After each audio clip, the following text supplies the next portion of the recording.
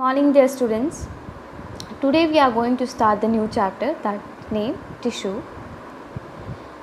And I know you are very well aware of the term cell. What is cell? Cell is the basic structural and functional unit of life. And why we call it as a basic structural and functional unit of life? Because cell in any organism is the smallest unit. It is the smallest unit of any living organism and it is capable of performing all the functions.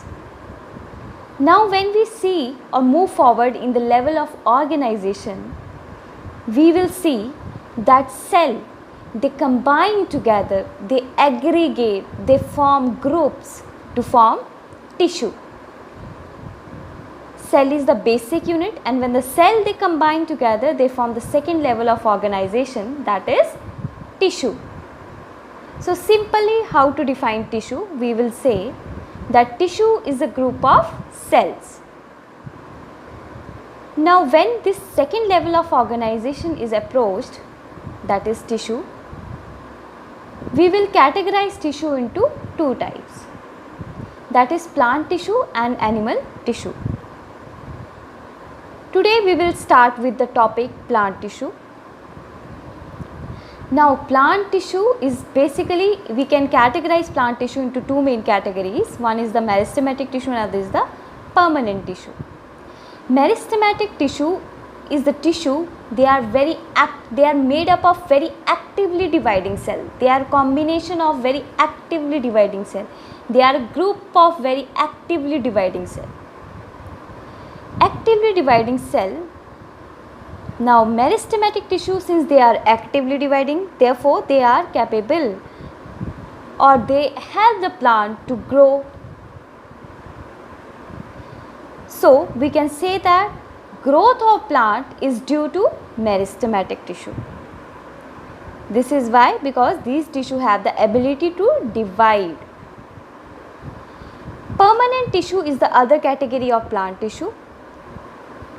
When meristematic tissue, they grow and they divide, they undergo differentiation. Now what is differentiation? The term differentiation means it is the process of taking a permanent size, a permanent shape and a permanent function. Means when meristematic tissue undergo differentiation, they convert or they take a particular type of size. When the cell which are forming a meristematic tissue, they undergo differentiation, they will take up a particular size, a particular shape and a particular function, a permanent function, a permanent size, a permanent shape, and get converted into a permanent tissue. So in simple words we can say that meristematic tissue are the one which when grow and divide, they differentiate into permanent tissue. But you have to well aware of this term, what is differentiation. Again I am repeating, it is the process of taking a permanent size, a permanent shape and a permanent function. So when meristematic tissue, they divide, they grow and they take a permanent function, they are called permanent tissues. Now permanent tissue loses their ability to divide. They cannot divide like the meristematic tissue do. So this is one of the basic difference between the meristematic tissue and the permanent tissue.